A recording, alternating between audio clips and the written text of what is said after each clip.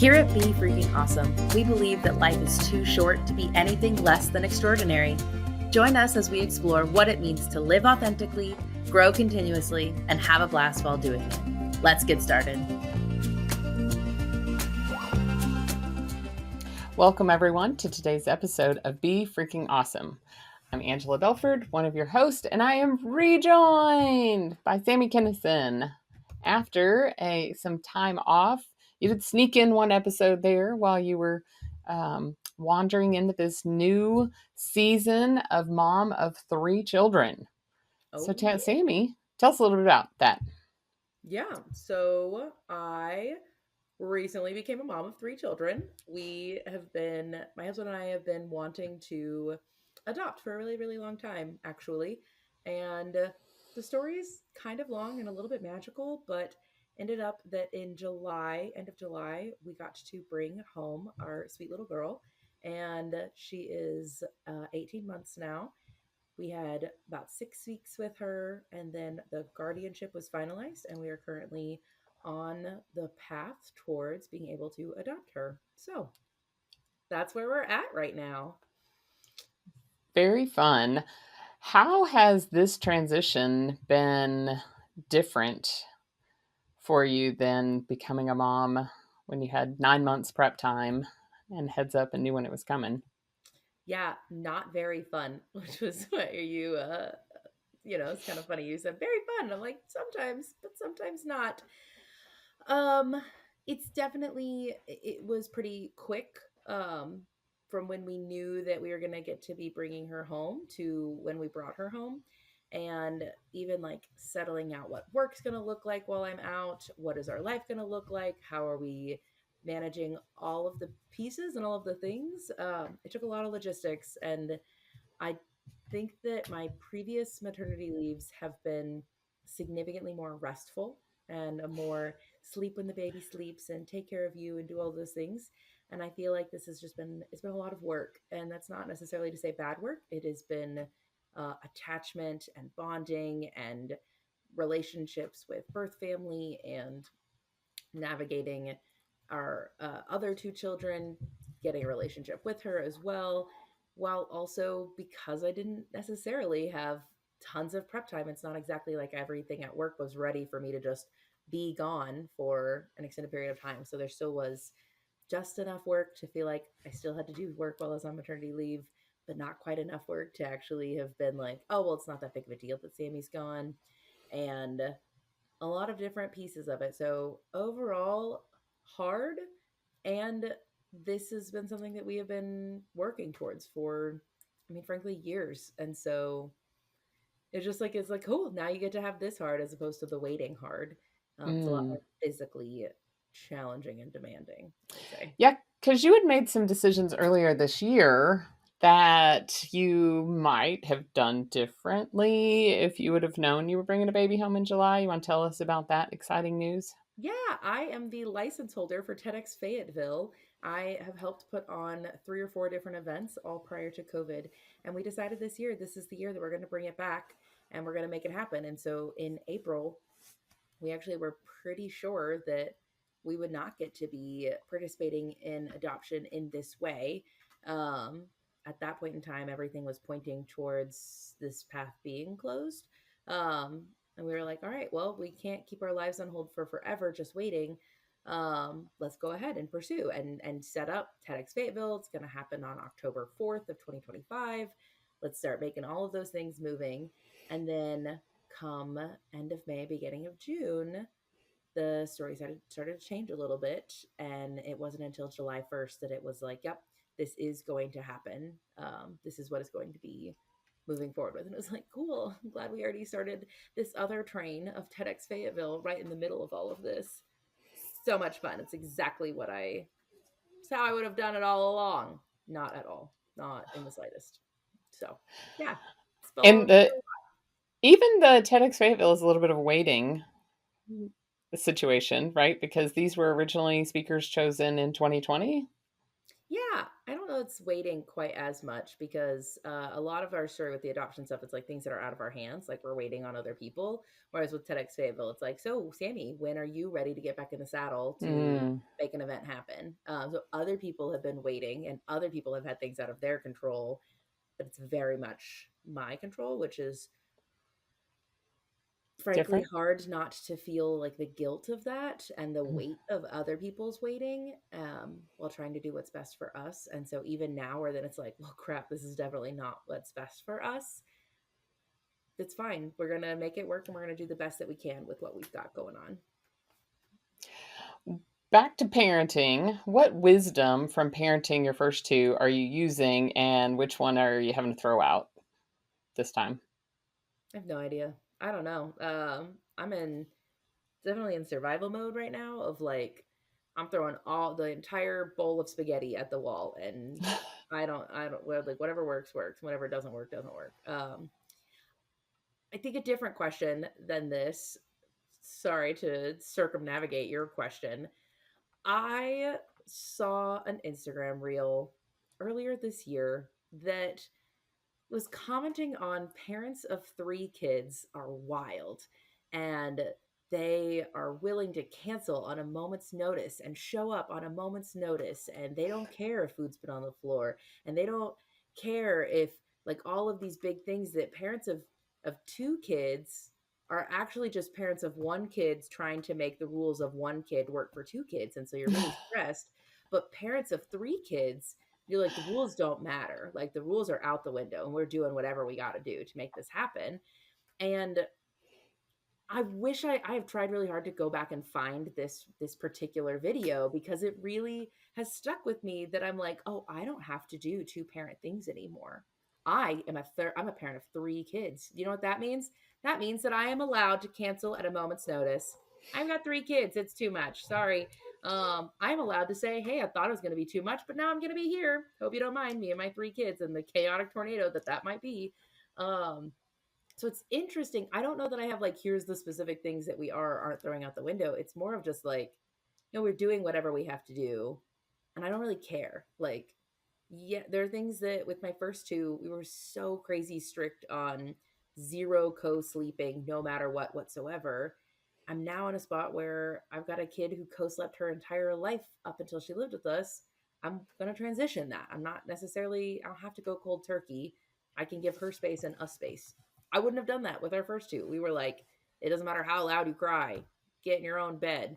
Now I'm like, we're all exhausted. And if you can continue to cry, then you're going to wake up everybody and it's going to be a worse day tomorrow. So, you know what? We're going to do what we got to do. Okay. Do what you got to do. That's where I'm at. That's interesting because I've never heard it said that the when you have two children, you're just trying to make all the rules of one child fit. Because I joke all the time that Sammy is a firstborn. Chris, she's married to Chris, who's a firstborn, and they had Henry, who's a firstborn, and then there's Peter, and it's probably why Peter and I get along so well is because it just crack. I'm a firstborn only, but it makes me laugh because he just like was this fly in the little firstborn ointment that is your family. And then now, kind of technically, Max is going to have this.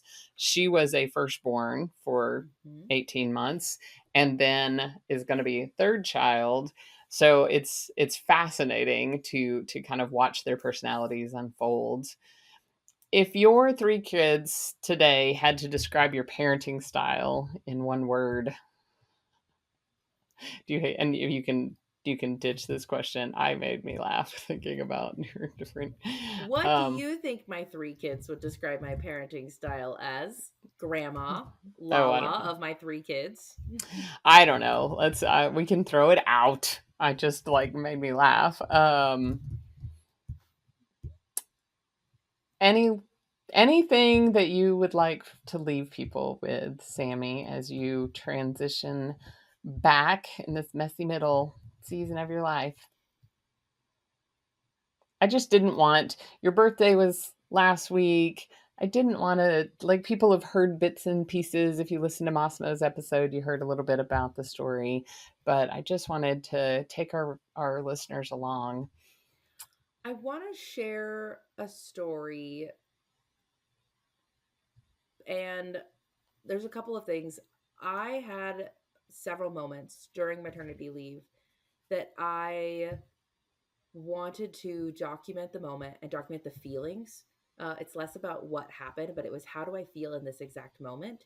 And so I probably have like 3 to 6 different videos of just me on my own describing what I am feeling in this exact moment. And not terribly sure with the what purpose. Like, am I going to do something with this? Am I not? But I felt like I wanted to at the time, so I did it. And I also think it's interesting because if I was to share these videos with you guys, you would see that some of them, like the first one is sad and hard. The middle one is like really hopeful and uplifting.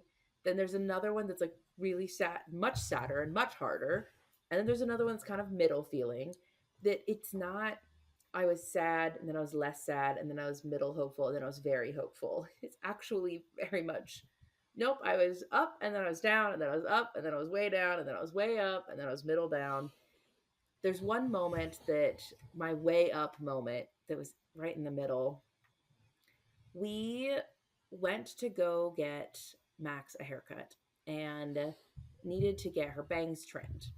We're in a little bit of a time where it's like, is this am I allowed to do this still? Like, is this actually our child that we can go cut her hair without getting permission from anybody? Ironically, I took her to across the country on a vacation and I didn't ask that question when it came to can I cut her bangs? Do I have permission to do this? Like, I was curious about it. I do. I legally have permission to cut her bangs if that's what's needed, if that's what I determine is needed for her in this moment. And it had been a really stressful day. There had been so many different things and different people who needed something from me.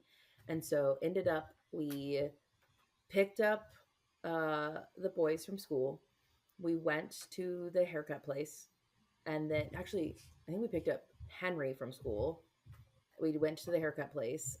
I the the manager at Pigtails and Crew Cuts who cut Max's hair did such an incredible job of seeing me and seeing my needs and doing being so kind to my children and being so kind to Max and engaging with her and making it a fun experience, asking, "What's your older son's name?" And I was like, "Oh, that's Henry." And she goes, "Henry, do you want to come over here? You've gotten your haircut here before. I recognize you. Do you want to show Max where the treasure box is?" Um, and like, "Oh my gosh, it's just started school this week. What grade are you in? First grade? Oh my gosh, do you get to sit at like a desk or do you sit at like a table?" He's like, "It's kind of like a desk table thing." She's like, "Oh, that's so cool. Do you do a lot of work on your own or is it with other people?" And he's like, "Yeah, it's kind of with other people." And just having somebody see not just me, but my kids and engage with them. And then when she cut her bangs, and then she was like, "Do you mind if I like do her hair a little bit?" And like put this cute little braid in her hair.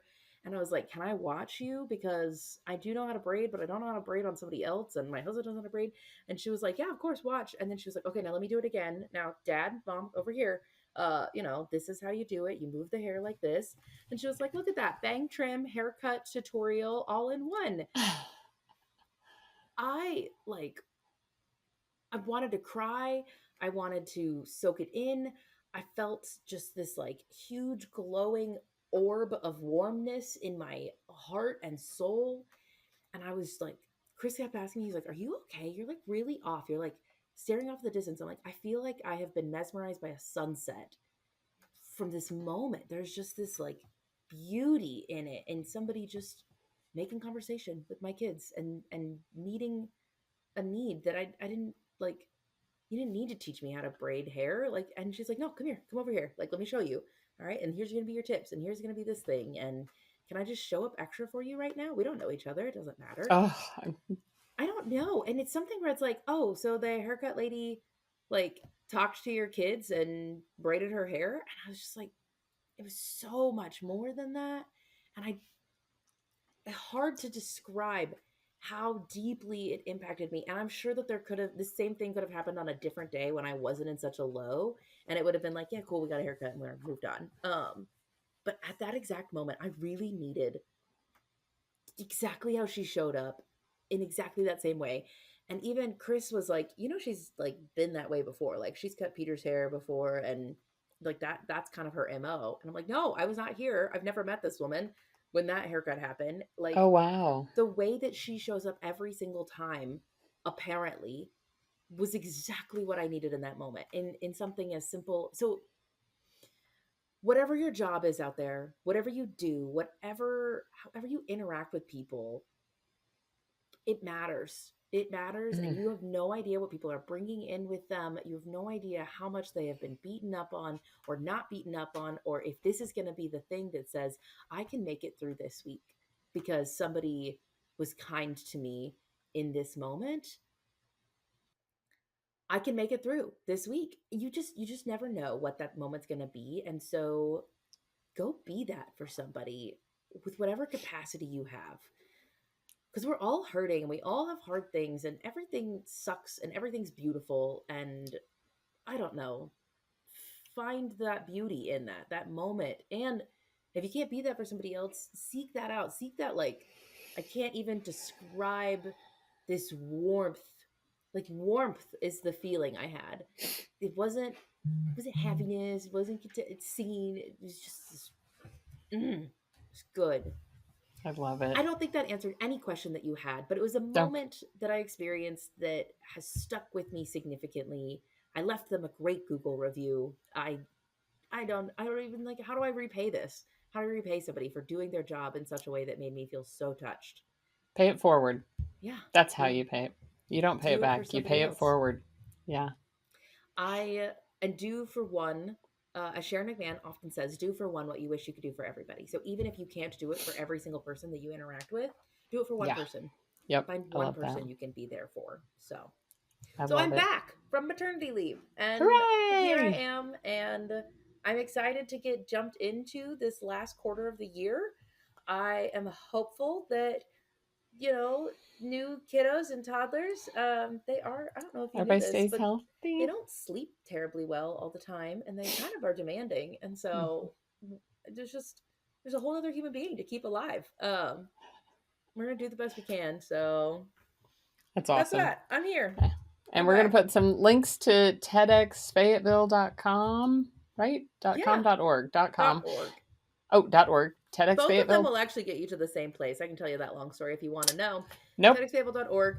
If you have a tough season, and I will say, I'm going to add in a PS. The communication skills that I have been building over the past several years extremely served me during this period with multiple parties, with conflicting goals and big feelings and all of that. And without sounding too braggy, I don't know a lot of other people who would have been able to handle the types of conversations that I was handling on an everyday basis at the level that I feel like I handled them. I'm very proud of how that went during all of this time.